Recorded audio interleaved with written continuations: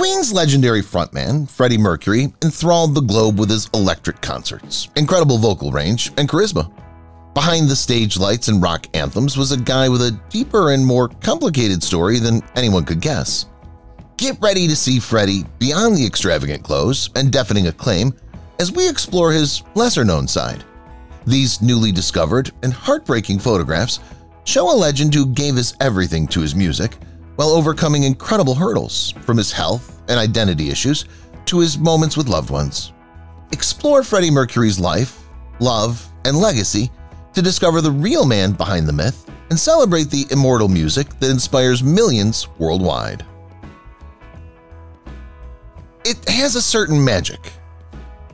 Not all of Freddie Mercury was Freddie Mercury. In fact, Farrokh Bulsara was the name of Queen's frontman, one of the greatest musical icons of all time, when he was born in 1946.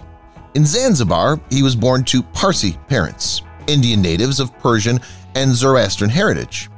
British citizen, his father had relocated to Zanzibar with his spouse to work as a cashier for the British Colonial Office. Freddie began playing classical piano at the age of 7. At 8, he transferred to a top British boarding school near Mumbai. It wouldn't take him long to create his first band there, which included some unexpected members. Academic years. Freddie and a few friends started the Hectics, a school band, when he was 12. Freddie had a great life, and his buddy, Derek Branch, succeeded as an actor on British television. Nevertheless, Freddie, a moniker Farrokh had taken at the British school, would surpass them all.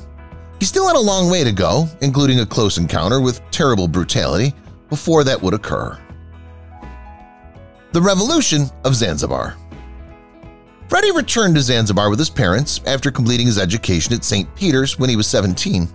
Regretfully, later that year, 1964, we would see the bloody Zanzibar Revolution. Freddie and his family were in danger, but happily they escaped the nation safely. Shortly after, Freddie and his parents moved to an apartment in London. Possibly became a graphic designer. Freddie started studying painting at Isleworth Polytechnic in West London shortly after they arrived in the city. Later, he graduated from Ealing Art College with a certificate in art and graphic design. The music-obsessed Freddie was determined to pursue a career in musical entertainment, even though his mother advised him to take an office job as a graphic designer. Experiencing bands. Freddie passed through many bands, switching to the next when he thought they weren't developing quickly enough. He worked at a vintage clothing booth at the legendary Kensington Market with his bandmates and another close individual to support his lifestyle. Austin Mary. Freddie first met Mary Austin at the chic Kensington Biba boutique in the early 1970s. She was fascinated by the wild-looking artistic musician, even though he initially scared her, and they quickly clicked. Mary said he was like no one I had ever met. Mary and Freddie's romance would develop further, and over their 7 years together, Freddie even made her a proposal. Sadly, this was not going to endure. Wife by common law. Mary and Freddie never stopped being close, like family, even though their relationship ended because of Freddie's changing sexual orientation. In one interview, Freddie remarked, "All my lovers asked me why they couldn't replace Mary, but it's simply impossible. My only friend is Mary, and I don't want anybody else. To me, she was my common-law wife. To me, it was a marriage. We believe in each other. That's enough for me." His life's love. Freddie penned Love of My Life, one of Queen's most iconic songs regarding Mary Austin. Not only is the song unique in terms of meaning, but Freddie also learned how to play the harp independently. When confronted with the question in an interview, Mercury stated, "Learning would be too strong a word. I did it chord by chord. It took longer to tune the thing than to play it. It was a nightmare because the temperature would change every time someone opened the door and the whole thing would go out. I would hate to have to play a harp on stage. I just figured out how the pedals and everything worked and did it bit by bit." Taking over the performance. One of the early issues was Freddie's natural talent. His strong personality and distinct musical perspective sometimes led to arguments when he looked for bands to join. Freddie started a rift with the Liverpool-based group Sour Milk Sea right away before he joined the band Smile and transformed it into Queen. I was always a star, I knew that. While some band members appeared to recognize they were in the presence of greatness and worked with him, Freddy persisted in doing things his way, intimidating others, including the band's original leader, to the point that the group eventually broke up. History was created when Freddy met drummer Roger Taylor and guitarist Brian May shortly after. Mercury would remark years later, "I always knew I was a star, and now it seems like everyone else agrees with me." Grin, you're the queen now. When Freddy reunited with drummer Roger Taylor and now famous guitarist Brian May in 1970, they formed Smile. As with Sour Milk Sea, Freddy had his ideas about how things should proceed, but Smile's members were more amenable to his ideas. After an initial backlash against the name, they changed it to Queen at his insistence. "It's very regal, obviously, and it sounds splendid," Freddy said of the band's name. "It's a strong name, very universal and immediate. Although it was just one aspect of it, I was aware of the homosexual overtones." Creating the crest. Any queen is obliged to have a crest, and the band Queen was no different. Armed with a degree in art and graphic design, Freddy quickly created a coat of arms to match his ambitious vision for the band. The Queen crest is made up of the zodiac signs of the band members: 2 lions representing Leo, Deacon, and Taylor, a crab representing Cancer, May, and 2 fairies representing Virgo, Mercury. The lions are propped up on a stylized letter Q, and the entire arrangement is set against a massive phoenix borrowed from Freddy's school, St. Peter's. At Trident Recording. After the very successful first performances, Queen quickly signed a record contract and was scheduled to record at the prestigious Trident Studios, home to industry heavyweights like David Bowie, Elton John, and the Beatles. However, it's always challenging. Dim Hour. As a relatively new and unknown band, Queen could only record during off-peak hours, typically between 3 and 7 a.m. They were given what was called dark time, producer John Anthony explained in the band's biography. "Is this the real life, the untold story of Queen? That's when an engineer can produce his favorite band, or a T-boy can be used as tape op. And that's exactly what Trident's house engineer, Robin Jeffrey Cable, was doing at the time as well. Cable had a pet project he was exploring and asked Freddy to contribute some vocals. Freddy's response would cause some controversy. Recording alone. Trident's in-house engineer, Robin Jeffrey Cable, was attempting to replicate the wall of sound effect produced by legendary producer Phil Spector on his own. And after hearing Freddy sing late at night, he approached him and asked if he could sing the lead vocals on the tracks he was working on, "I Can Hear Music" and "Going Back." Mercury agreed but specified that he should be credited under a different name to avoid confusion with his work for Cable and Queen's upcoming album. The name Freddy chose caused quite a stir. Larry Lurex. One of England's biggest glam rock stars at the time was a man named Gary Glitter. He was a symbol of the glam culture of the 1970s, known for his exuberant showmanship and glittery outfits. Freddy took a jab at him, referring to himself as Larry Lurex. The word Lurex refers to a material heavily used in glam rock outfits. DJs and radio stations nationwide boycotted the songs when the tracks were released due to Glitter's indignation. Initial album. Queen's first album, titled Queen, was released shortly after the Larry Lurex incident, and the band quickly gained notoriety in the music industry. The album was widely praised, drawing comparisons to Led Zeppelin's debut album. Freddie Mercury's vocals and Brian May's guitar work received particular attention, and the album's sleeve credited all 4 band members, emphasizing that the complex sound was a product of multiple recordings and layered tracks rather than a synthesized effect. Thanks to the album's success, Mercury was well on his way to becoming a superstar. The cracked mic stand. One of Freddy's most famous props was his microphone stand, which he carried on a mic stick detached from a tripod and twisted like a baton. Although Freddy's special microphone resembled a scepter, fitting for a queen, it started as a mistake when his mic stand broke during one of the band's early performances. Instead of replacing it with a new stand, Freddy carried it around and discovered new uses for it on stage, and he's been using it ever since. The White Duke and the Queen. Queen had many legendary musicians record with them during their Trident sessions, but Freddy had already recorded Under Pressure with David Bowie, having met him long before the latter became famous. When Bowie came to Eland to play a small lunchtime set while Mercury was still in college, Freddy followed him around and offered to carry his equipment. Bowie accepted and soon had him setting up tables on a makeshift stage. Fitting the boots of David Bowie. The stall owner, Alan Mayer, remembers the incident. Space Oddity had been a hit, but he said he had no money. Typical music biz. I said, look, have them for free. Freddy fitted Bowie for the pair of boots. So there was Freddie Mercury, a shop assistant, giving pop star David Bowie a pair of boots he couldn't afford to buy. Later, while Mercury was working at the clothing stand in Kensington Market, David Bowie stopped by looking for a pair of boots for one of his outfits. Placing his hand in the palm of the audience. David Bowie reflected after Freddie Mercury passed away, saying Freddie took it further than the rest. He took it over the edge. Naturally, I've always found men who wear tights to be admirable. Although I only saw him perform live once, he was undoubtedly a guy who would hold an audience in the palm of his hand. Disclosing. Even though Freddie Mercury had not yet come out of the closet, his performances and the band's name left conservative mid-20th century crowds with little doubt, but that didn't mean he wasn't owning it. In the late 1970s, Freddie Mercury was beginning to come to terms with his sexual tendencies.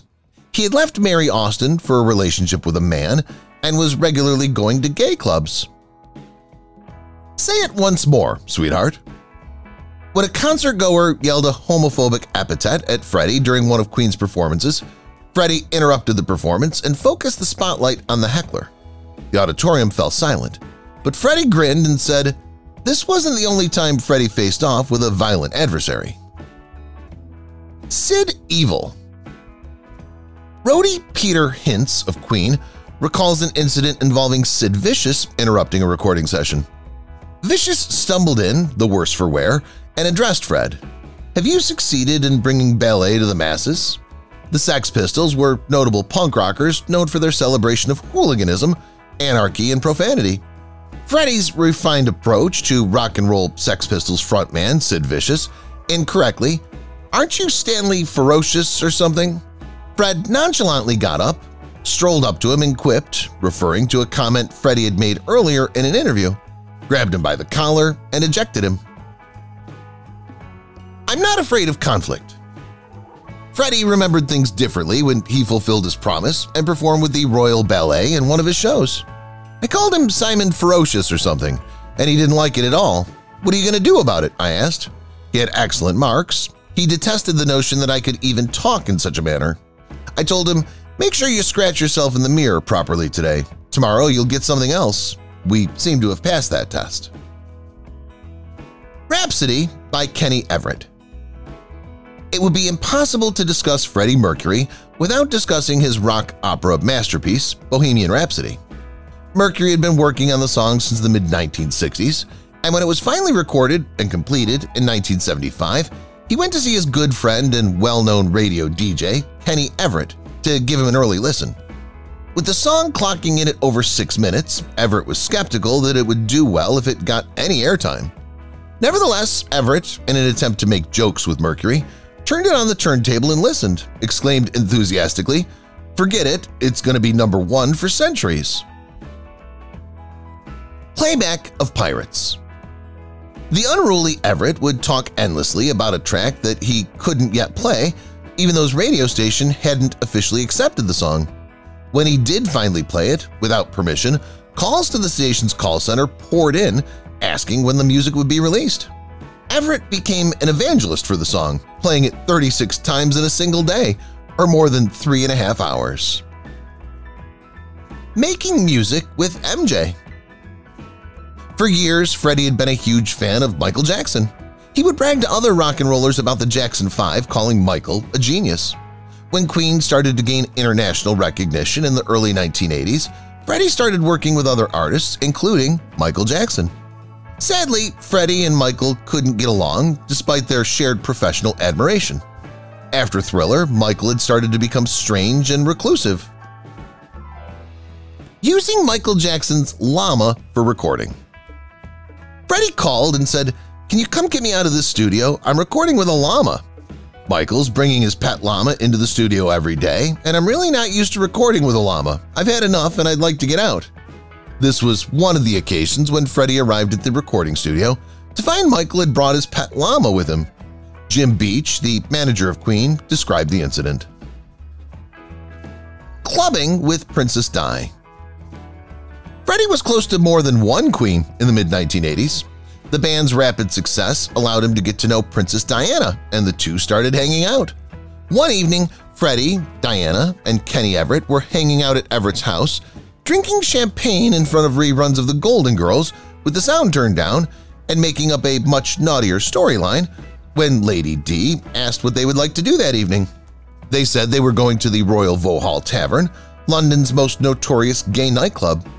Plagued by paparazzi, Diana insisted on going, but the venue was known for its rowdy patrons, so Freddy and friends asked, "What would be the headline if you were caught in a gay bar?"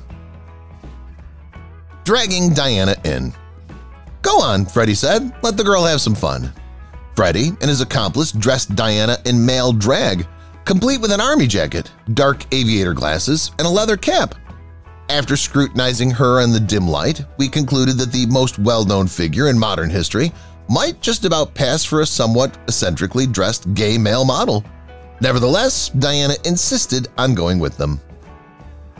We achieved success. We inched through the leather throngs and thongs until we finally reached the bar. We were nudging each other like naughty schoolchildren. Diana and Freddy were giggling, but she did order a white wine and a beer. We looked at one another once the transition was completed, united in our triumphant quest. We did it! 20 minutes later, they left, not wanting to push their luck, but as they returned to Kensington Palace, Diana, who had been gifted anonymity and a great time, exclaimed, "We must do it again!" Throwing a 1987-style party. Freddy was not content with limiting his partying to London's nightlife. In 1987, he celebrated his 41st birthday at the Pike's Hotel in Ibiza, later dubbed the most incredible example of excess the Mediterranean island had ever seen. The party featured over 700 guests, a cake shaped like Barcelona's Sagrada Familia Cathedral by Antoni Gaudí, and a bill for 232 broken glasses. The hotel management still remembers the details of the event. Live Aid. A massive international music event called Live Aid was organized in 1985 in response to BBC News reporter Michael Burke's report on the Ethiopian famine. With nearly 200,000 attendees on stages across the US and England and an estimated 1.9 billion viewers of the live television broadcast, it was the most significant and most watched musical event in history. Queen was invited, of course, and they stole the show. The Voice heard across the globe. Mercury's performance, which included the opening song, Bohemian Rhapsody, and the closing song, We Are the Champions, was eventually voted the best live performance in the history of rock music. Freddie Mercury's long, sustained note during the a cappella portion of the performance became known as the note heard round the world. A heavenly match. Freddie's rock, Jim Hutton, an Irish hairdresser, introduced him to the man who would become his romantic partner until his death in 1985 at a gay nightclub called Heaven. After moving in together, the couple led a quiet, domestic life and raised a pack of cats, which held a very special place in Mercury's heart. Cat person. There's a saying that the world is split between dog and cat lovers, and Mercury belongs to the former group. Freddie had a paternal bond with his pets, even calling them on the phone while traveling overseas, but his bond with them went far beyond that. He raised 6 cats at a time in his enormous Kensington home. Freddie's offspring. During the day, the cats had the run of the house and grounds, and at night, one of us would round them up and bring them inside. Freddie treated the cats like his own children, Hutton wrote in his book, Mercury and Me. He would constantly fuss over them, and if any of them came to harm when Freddie was away, heaven help us. Goliath is absent. The dark ball of fur just sat there, listening calmly to Freddy's outburst and purring loudly. But perhaps the most incredible display of affection to his pets came in song. Hutton wrote that Freddy was over the moon. For 5 minutes or more, he poured his attention on the kitten, cuddling and stroking them. Then, like a mother, Freddy scolded the cat, shouting and screaming at tiny Goliath for leaving Garden Lodge. Delilah.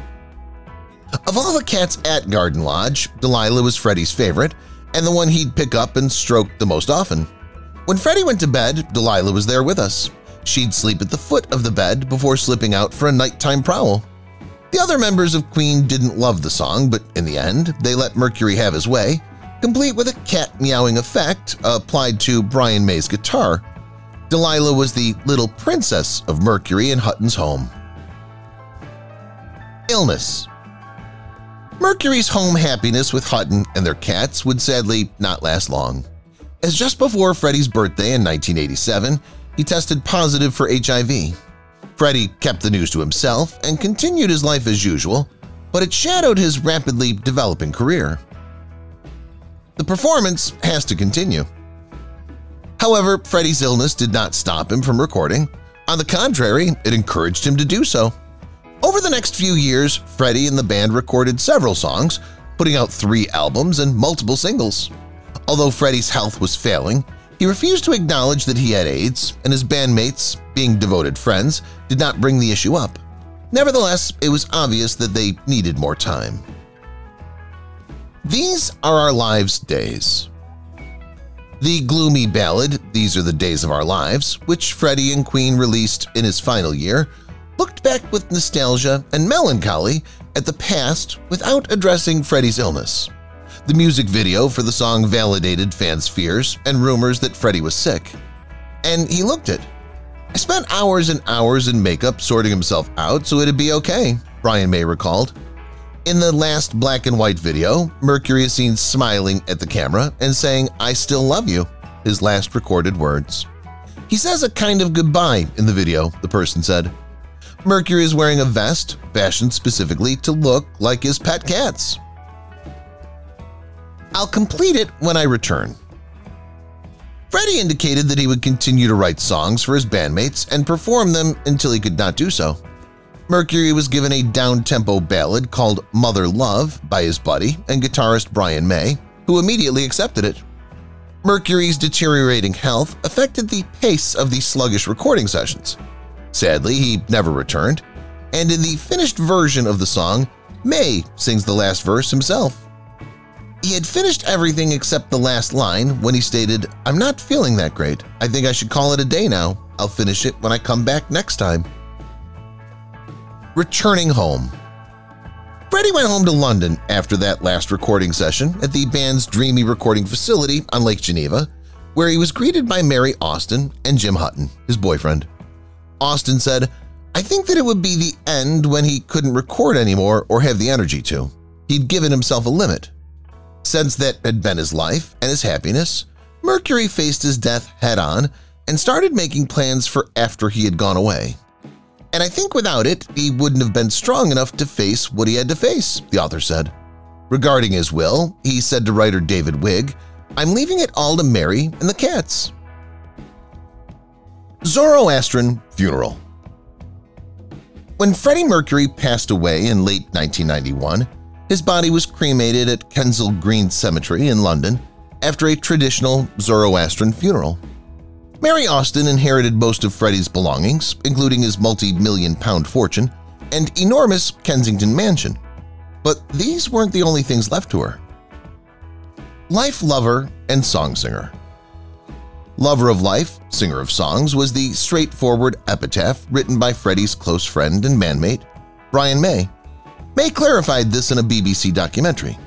"To me, that summed it up because he lived life to the fullest. He was a generous man, kind man, and an impatient man sometimes, but utterly dedicated to what he felt was important, which was making music." Ashes. The last duty that Freddie had given Mary was to scatter his ashes in a secluded place so that his grave would not be disturbed and he could rest in peace. The ashes were left in Mary's house for 2 years until she was able to fulfill his last wishes. Executing Freddy's will. In an exclusive interview, Austin revealed to the Daily Mail that, "I just sneaked out of the house with the urn. It had to be like a normal day so that the staff wouldn't suspect anything because staff gossip. They cannot resist it. But nobody will ever know where he's buried because that was his wish," Austin stated. "I wanted to be convincing. It was very hard to find the moment." Potential gravesite? When a small plinth with the following dedication was discovered in Kensal Green Cemetery in 2013, it seemed that the mystery surrounding Freddie Mercury's ultimate resting place had been resolved. The French text reads, "In loving memory of Ferik Bulsara, 5 September 1946 to 24 November 1991, pour être toujours près de toi avec tout mon amour, M."